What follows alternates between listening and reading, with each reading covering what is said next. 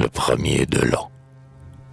Au sein du Sahara, la mer sinistre et dure, dont l'onde illimitée a du sable brûlant, sous l'implacable ardeur d'un soleil aveuglant, se profile parfois une île de verdure. C'est l'oasis avec ses aspects enchanteurs, où figuiers et dattiers confondent leurs ramures, où des sources d'eau vive unissent leurs murmures, au concert incessant de mille oiseaux chanteurs. Comme un émail géant, l'Éden au loin chatoie, et dès qu'un groupe arabe, en marchant vers Alger, voit à l'horizon bleu ses palmiers émerger, il les salue avec une clameur de joie. La caravane sait qu'elle va trouver là des fruits délicieux, des eaux rafraîchissantes. Elle aborde dans l'île aux rives séduisantes, en regardant le ciel et répétant « Allah ».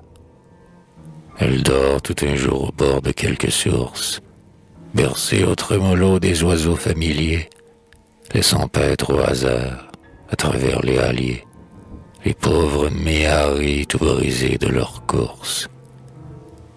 Elle dort sous l'arceau d'arbres toujours en fleurs, et quand les chameliers, remis de leur fatigue, quittent ce paradis plein du parfum des figues, ils gardent dans leurs veines un peu de sa fraîcheur. Dans le désert des ans, dans cet aride plaine, qu'en suivant notre étoile il nous faut tous franchir, il y a des oasis où, pour se rafraîchir, s'arrête quelquefois la caravane humaine. Ce sont pour nous des jours d'un éclat idéal.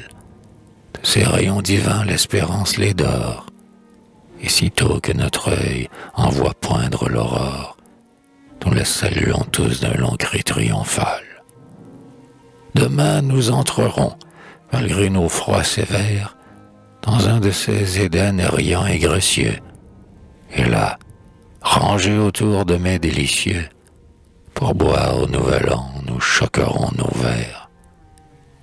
Las de marcher toujours en quête de bonheur, las de courir après tant de chimères vaines, nous nous reposerons sous des ombres sereines, bercés à des refrains qui monteront du cœur.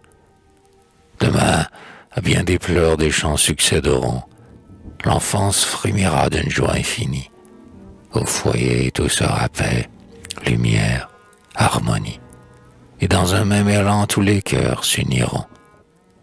Et quand nous quitterons, l'âme toute ravie, ce paradis qui pointe à l'horizon neigeux, nous nous sentirons tous plus forts, plus courageux, pour affronter encore le désert de la vie.